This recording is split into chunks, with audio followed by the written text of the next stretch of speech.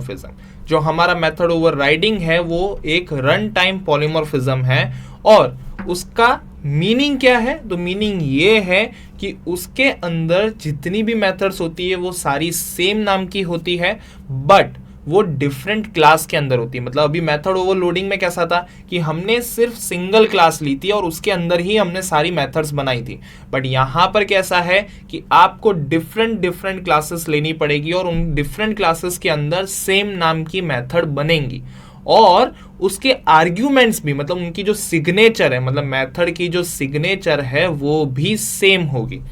ठीक है, और इधर आपको मेथड ओवरराइडिंग के अंदर इनहेरिटेंस जो है वो कंपलसरी यूज करना है, तभी जाके आपका मेथड ओवरराइडिंग जो है सक्सेसफुली काम करेगा पाइथन के अंदर। राइट, समझ में आया मेथड ओवरराइडिंग क्या है?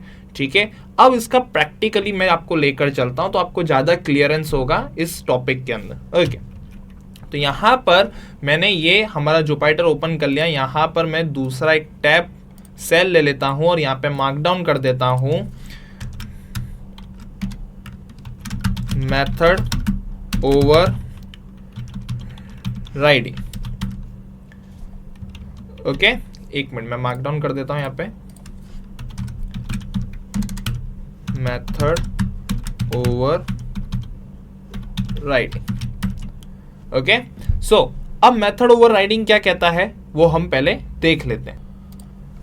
सो मेथड ओवरराइडिंग क्या कहता है कि आपकी जो क्लास है वो डिफरेंट होनी चाहिए। राइट, आपके जो मेथड का नाम है वो सेम होना चाहिए, और उसके आर्ग्यूमेंट्स है वो भी सेम होने चाहिए, और इनहेरिटेंस कंपलसरी यूज होना चाहिए। चलिए, तो यहां पर हम इसी डेफिनेशन को फॉलो करते हैं। यहां पर मैं क्लास बनाता हूं mo1 करके, राइट, और इसके अंदर मैं फंक्शन बनाता हूं माई फंक्शन, और यहां पे मैं सेल्फ पास करता हूं और एक आर्ग्यूमेंट पास करता हूं, और यहां पर मैं लिख देता हूं क्लास mo1 फंक्शन कॉल्ड। ठीक है, राइट। अब इसी तरीके से यहां पर मैं मेरी दूसरी क्लास बनाता हूं which is class mo2, right, और यहां पर फिर मैं वापस एक सेम नाम का फंक्शन विद सेम आर्ग्यूमेंट्स के साथ बनाता हूं। मतलब हमने जो ऊपर एक आर्ग्यूमेंट पास करी उसी तरीके से ये वापस बनेगा। ठीक है, यहां पर भी मैं सेम आर्ग्यूमेंट पास कर रहा हूं, और यहां पर मैं प्रिंट कर रहा हूं class mo2 function called. Okay, और इसी तरीके से मैं यहां पर तीसरी क्लास बना रहा हूं, मतलब हमारी third class which is mo3, और यहां पर मैंने फंक्शन बनाया माय फंक्शन, मतलब हमने जिस तरीके से अभी दो फंक्शन बनाए उसी तरीके से, और उसकी सिग्नेचर भी हमने सेम रखी, और यहां पर मैंने प्रिंट करवा दिया class mo3 function called. Okay, तो ये मेरी तीनों क्लासेस बन गई। राइट, तीनों के अंदर सेम नाम के फंक्शन है और सेम पैरामीटर्स है, मतलब सेम आर्ग्यूमेंट्स है। ओके ओके, तो यहां पर अब मेरे को क्या करना है, इनहेरिटेंस करना है। तो ये हमारी क्या हो गई, पेरेंट क्लास हो गई। ओके, ये हमारी सब पेरेंट क्लास हो गई। चलो इसको सब पेरेंट क्लास नहीं, इसको चाइल्ड क्लास ही बोल देते हैं, बिकॉज इसके अंदर हम लोग mo1 को इनहेरिट करने वाले हैं, और ये भी हमारी चाइल्ड क्लास हो गई। ओके, अब मैं क्या करता हूं कि यहां पर इनहेरिटेंस करता हूं। तो क्या करता हूं कि mo1 को मैं यहां इनहेरिट कर देता हूं, और mo2 को मैं यहां इनहेरिट कर देता हूं।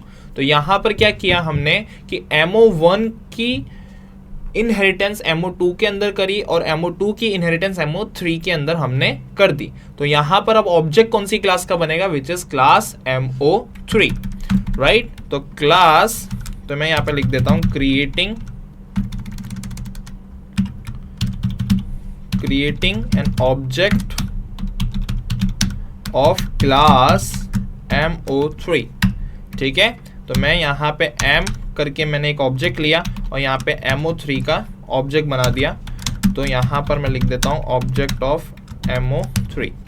ठीक है, अब मैं यहाँ पे m से मैं मेरी क्लास की सारी जितनी भी क्लासेस हैं उनकी मेथड को एक्सेस करूंगा, राइट। क्योंकि इनहेरिटेंस किया है तो हम लोग चाइल्ड क्लास से क्या कर सकते हैं, इनहेरिट कर सकते हैं, राइट। और इनहेरिट करने के बाद हम लोग उन पेरेंट क्लास की प्रॉपर्टीज को एक्सेस कर सकते हैं। ये किस टाइप का इनहेरिटेंस हुआ, मल्टी लेवल इनहेरिटेंस हुआ। कौन सा इनहेरिटेंस हुआ, मल्टी लेवल। हमने लास्ट टॉपिक के अंदर ही देखा था इनहेरिटेंस टॉपिक, राइट, जिसके अंदर हमने मल्टी लेवल इनहेरिटेंस देखा था, राइट। अगर जिन्होंने नहीं देखा है तो वो एक बार इनहेरिटेंस वाली वीडियो को चेक कर लें, ठीक है।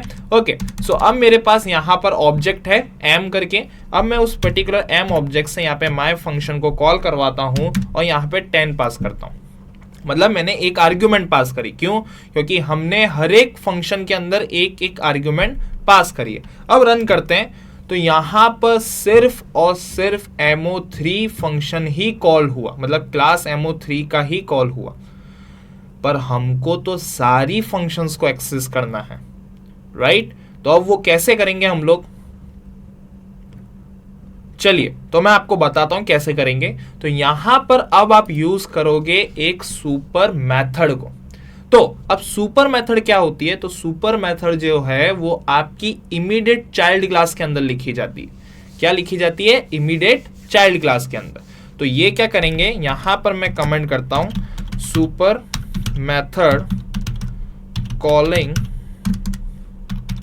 The method of class mo2, right.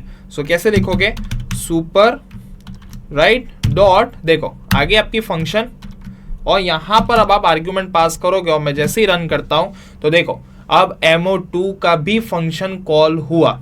तो सेम चीज हमको क्या करना पड़ेगा, ऊपर हमारी जो mo2 है उसके अंदर भी लिखना पड़ेगा। क्यों, क्योंकि हमको mo1 का भी फंक्शन कॉल करवाना है, राइट। तो यहां पर मैं क्या लिख देता हूं, super method calling the function of class mo1।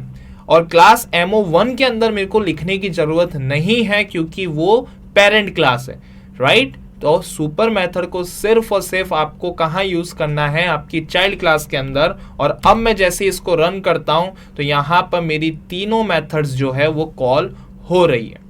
तो इस तरीके से आपका मेथड ओवरराइडिंग जो है पाइथन के अंदर सपोर्ट होता है, राइट, जिसके अंदर हम लोग पर्टिकुलर सुपर मेथड का यूज करके हम लोग हमारी पेरेंट क्लास की मेथड्स को कॉल करवाते हैं, राइट।